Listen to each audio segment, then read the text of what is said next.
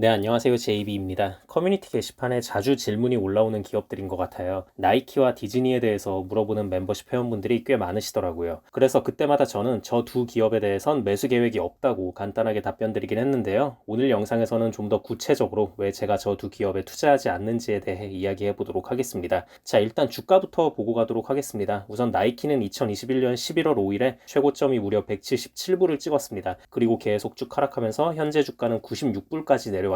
그리고 디즈니의 주가입니다. 2021년 3월에 197불 고점을 찍고 지금은 85불까지 내려왔습니다. 두 기업 모두 주가의 하락폭이 정말 심한데요. 이렇게 안 좋은 주가 흐름을 보이고 있음에도 불구하고 계속 여러분들로부터 질문이 달린다는 건 이 회사들이 한때 각자의 분야에서 압도적인 퍼포먼스를 뿜어내던 기업들이기 때문일 겁니다. 한창 잘 나갈 때는 시장 수익률을 훨씬 뛰어넘었던 기업들이었거든요. 그리고 지금도 나이키라고 하면 누구나 다 알고 디즈니라고 하면 누구나 다 알죠. 사실 오래된 기업들 중에서도 이 정도로 대중적인 인지도를 갖고 있는 기업들을 찾기는 힘들거든요. 그렇다 보니까 이제 다들 에이 그래도 나이키랑 디즈니가 잡주도 아니고 우량주에 속하는 기업들인데 곧 회복을 하지 않을까라는 마음에 매수를 고려하고 계신 것 같아요. 물론 회복할 가능성도 있겠죠. 그리고 회복할 수 있다고 보는 분들의 논리도 꽤 타당합니다. 하지만 저는 왜 매수 계획이 전혀 없냐면요. 큰 틀에서의 저만의 투자 원칙에 이미 어긋나 버린 기업들이기 때문입니다. 자, 여러분 브랜드 가치, 그러니까 회사의 이미지로 먹고 사는 기업들이 있고요. 기술력으로 먹고 사는 기업들이 있습니다. 대표적으로 브랜드 가치를 내세우고 있는 기업은 스타벅스와 코카콜라 등이 있고요. 기술력을 내세우고 있는 기업은 엔비디아와 다른 유명한 반도체 기업들이 있을 수 있겠죠. 그리고 애플은 전형적으로 브랜드 가치와 기술력 모두를 잡은 기업이기 때문에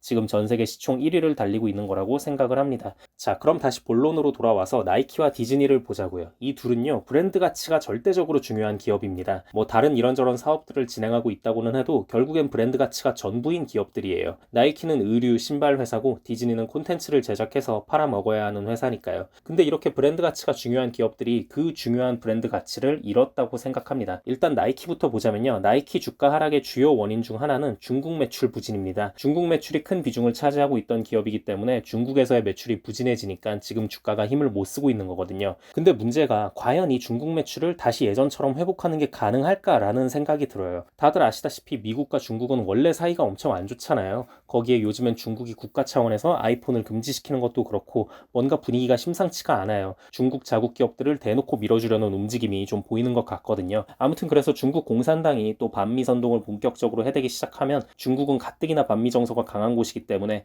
미국 제품들에 대한 기피 현상이 전국적으로 벌어질 수도 있다고 보거든요. 특히 그 중에서도 옷이나 신발 같은 거는 너무 대놓고 그 브랜드가 드러나잖아요. 물론 중국인들 중에서도 개개인의 자유의지를 중시하는 깨어있는 사람들은 야, 불매운동 그것이 유치하게 뭐하는 짓거리냐, 그냥 본인이 좋으면 쓰는 거지 라고 생각하는 사람들도 있을 겁니다. 하지만 문제가 그런 사람들은 소수고 대다수 중국 인민들은 이미 공산주의 스타일의 전체주의와 반미 정서에 길들여져 버린 상황이기 때문에 충분히 문제가 될 수도 있다고 보고 있습니다. 그리고 이게 상황이 참 어려운 게 중국에서의 매출이 회복이 돼도 좀 문제일 수 있겠다고 생각을 하는데요. 2021년 6월에 나이키 CEO가 나이키는 중국의 브랜드, 중국을 위한 브랜드다 라고 말해버리면서 상당히 논란이 된 적이 있었거든요. 물론 당시에 중국에서 나이키 불매운동이 벌어졌었기 때문에 이걸 수습하기 위해 그런 발언을 했었고 덕분에 사태가 잘 수습이 됐지만 당시에도 보면서 CEO가 저런 식으로 대놓고 본인들의 브랜드 이미지를 중국에 갖다 붙여버리는 게 과연 장기적으로 나이키에 도움이 될까라는 생각이 들었거든요. 왜냐면 중국에서 반미 정서가 심한 것처럼 북미와 유럽에서는 반중 정서가 엄청나게 심합니다. 사실 반중 정서는 꼭 서양뿐 아니라 전 세계적인 흐름이기도 하죠. 그래서 아무튼 그런 상황에 CEO가 직접 나서서 나이키는 중국의 브랜드다 라고 말해버린 것과 더불어서 그 많은 인구의 중국인들이 나이키 옷과 신발을 착용하고 있는 걸 보면 과연 나이키 매출의 가장 큰 비중을 차지하고 있는 미국, 캐나다, 유럽의 사람들이 나이키를 사고 싶어 할까라는 생각이 들더라고요.